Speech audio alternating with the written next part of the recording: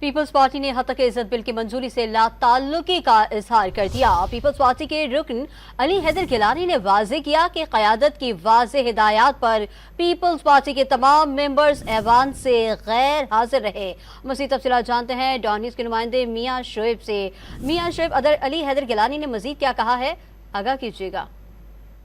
پنجاب حکومت کی جانب سے حق عزت بل کے جو معاملے پر ہے، پیپلز پارٹی نے نون لیگ سے جو ہے وہ راہیں جدا کر لی ہیں۔ قیادت کی واضح ہدایت پر جو ہے پیپلز پارٹی کے تمام ارکان جو ہے وہ ذرائع بتاتے ہیں کہ وہ اس روز جو ہے وہ صوبائی اسمبلی سے غیر حاضر رہے، اور پارلیمان لیڈر پیپلز پارٹی نے بتایا کہ حق عزت بل کے حوالے سے نہ تو پیپلز پارٹی سے پوچھا گیا اور نہ ہی اس حوالے سے کوئی مشاورت کی گئی ہے، جس پر جو پارلیمانی لیڈر کی جانب سے یہ کہا گیا کہ پیپلز پارٹی کبھی بھی اس طرح کے بل کا حصہ نہیں بننا چاہتی تھی۔